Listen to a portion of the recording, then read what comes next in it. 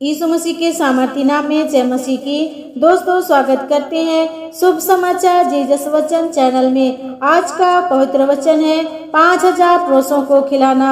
दोस्तों, आज मैं आपको एक बहुत बड़ा चमत्कार के बारे में बताना चाहती हूँ, जो इस पृथ्वी पर यीशु ने 5 रोटियां और 2 मछलियों से कैसे 5000 पुरुषों को खाना खिलाया, वो भी महिलाओं और बच्चों को छोड़कर। और खाने के बाद 12 टोकरियां और भी बच गया। आइए देखते हैं बाइबल में से मरकुस रचित सुसमाचार 6 अध्याय के 33 वचन से 44 वचन तक। सो इस प्रकार से है। दोस्तों, यह उस समय की बात है जब यीशु मसीह इस पृथ्वी पर था। वह अपने चेलों के साथ गलील के तिबिरिया झील के पार गया और चेलों के साथ एक पहाड़ पर चढ़ गया और वहां बैठ गया। और वहां देखा कि भीड़ उसके पीछे आ रही है, क्योंकि बहुतों ने यीशु को जाते हुए देखकर पहचान लिया। और नगर के सब लोग इकट्ठा होकर पैदल दौड़े दौड़े यीशु के पास पहुंचे।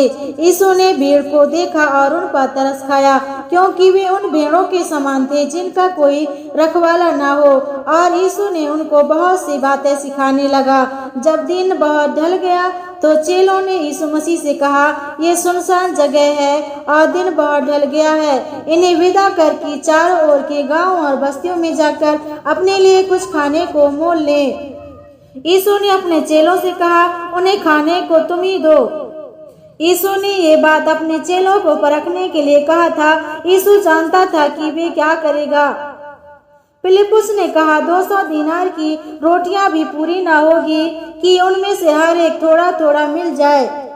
यीशु ने चेलों से कहा, जाकर देखो, मालूम करके देखो तुम्हारे पास कितनी रोटियां हैं। चेलों ने मालूम करके कहा, यहाँ एक लड़का है जिसके पास जौ की 5 रोटी और 2 मछलियां हैं, परंतु इतने लोगों के लिए क्या होगा। लेकिन यीशु ने अपने चेलों को आज्ञा दी कि सबको हरी हरी घास पे पाती पाती से बैठा दो। और वे सब 100 50 के पाती पाती में बैठ गए। और पुरुषों की संख्या 5000 के लगभग थी, वो भी महिलाओं और बच्चों की संख्या छोड़कर। जब सभी बैठ गए तब यीशु ने 5 रोटियां और 2 मछलियों को लिया और सड़क की ओर देखकर धन्यवाद किया और रोटियां तोड़ तोड़ कर चेलों को देता गया कि वे लोगों को परोसे। और 2 मछलियों को भी लोगों में जितना वे चाहते थे सबको बांट दिया। जब वे खाकर तृप्त हो गए तो यीशु ने चेलों से कहा, बचे हुए टुकड़ों को बटोर लोगी, कुछ फेंका न जाए। अतः उन्होंने बटोर लिया, इकट्ठा कर लिया।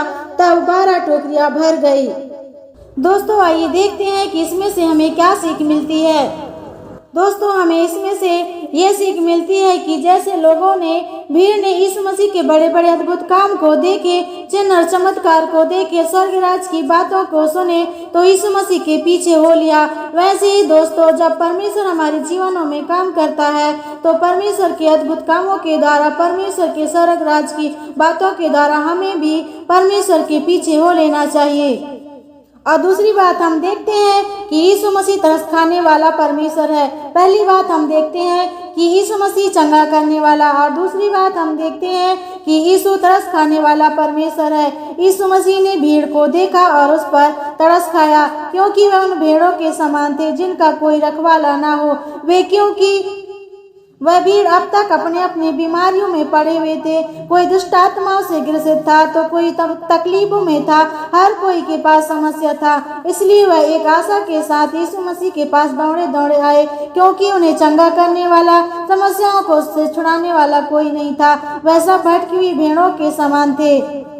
जब वह यीशु को परमेश्वर के ज्ञान की बातों को बताते हुए और बीमारों को चंगा करते हुए देखा तो भीड़ यीशु मसीह के पीछे हो लिया। वैसे ही दोस्तों, हमें भी यीशु मसीह के पीछे हो लेना चाहिए। और तीसरी बात देखते हैं कि परमेश्वर छुड़ाने वाला परमेश्वर है। यीशु मसीह ने उन्हें छुड़ाने के लिए सुसमाचार सुनाने लगा ताकि उनका उद्धार हो सके और वो भी बीमारी से चंगाई को प्राप्त कर सके। दोस्तों, यीशु मसीह तरस खाने वाला परमेश्वर है, दया करने वाला परमेश्वर है। वह आत्मिक जरूरतों को भी जानता है और शारीरिक जरूरतों को भी जानता है। वह जानता है कि किसको पापों से छुटकारा की जरूरत है और बीमारी से चंगाई की जरूरत है। वह जानता है और देख कर तरस खाता है। चिंता करने वाला परमेश्वर है। दोस्तों, जैसे यीशु ने चेलों से कहा कि तुम खाने को दो, यीशु मसीह चेलों को परख रहा था कि भीड़ को देखकर चेले क्या करते हैं। चेलों के विश्वास को देखना चाहता था। वैसे ही दोस्तों ऐसी स्थिति में चेले क्या करते हैं? दोस्तों यीशु हमें भी परखता है, देखना चाहता है कि जब हम प्रभु के पीछे चल रहे हैं तो भीड़ जैसी समस्या में हम क्या करते हैं। प्रभु यीशु मसीह हमारे विश्वास को देखना चाहता है, विश्वास को परखता है, क्योंकि जब हमें परखेगा तभी हम विश्वास में पक्के निकलेंगे।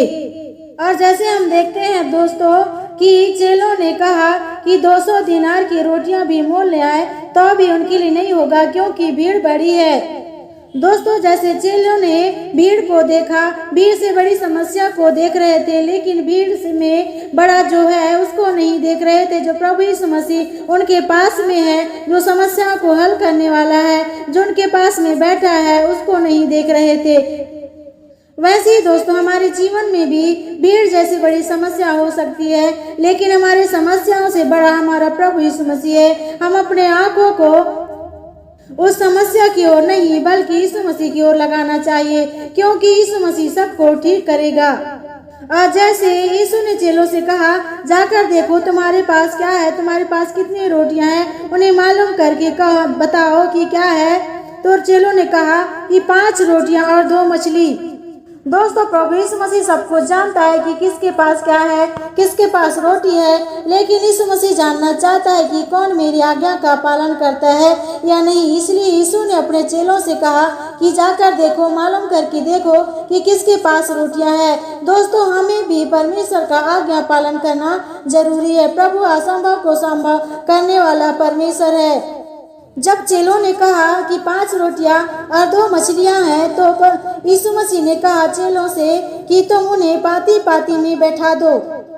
लेकिन चेलों ने कहा कि 5 रोटी और 2 मछलियां तो है, पर इसके लिए पर्याप्त नहीं है, ये हमारा सोच हो सकता है। दोस्तों जिस प्रकार फिलिपुस का सोच था कि 5 रोटियां और 2 मछलियां हैं, ये लोगों के लिए नहीं होगा, ये पर्याप्त नहीं है, वैसे ही दोस्तों ये हमारी सोच भी हो सकता है। जो हमारे पास है वह पर्याप्त नहीं है, दूसरों को देने के लायक नहीं है, हम कुछ नहीं कर सकते, ये हमारा सोच हो सकता है।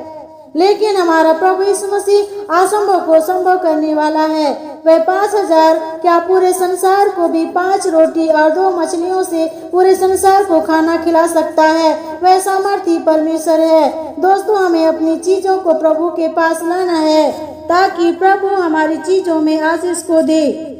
दोस्तों प्रभु यीशु मसीह हमारी योग्यता को नहीं देखता बल्कि हमारे दिल को देखता है। जैसे छोटे बालक ने यीशु मसीह के पास 5 रोटियां और 2 मछलियां को लाया, वैसे ही दोस्तों प्रभु यीशु मसीह उस बालक की तरह उसके हमारे दिल को देखता है।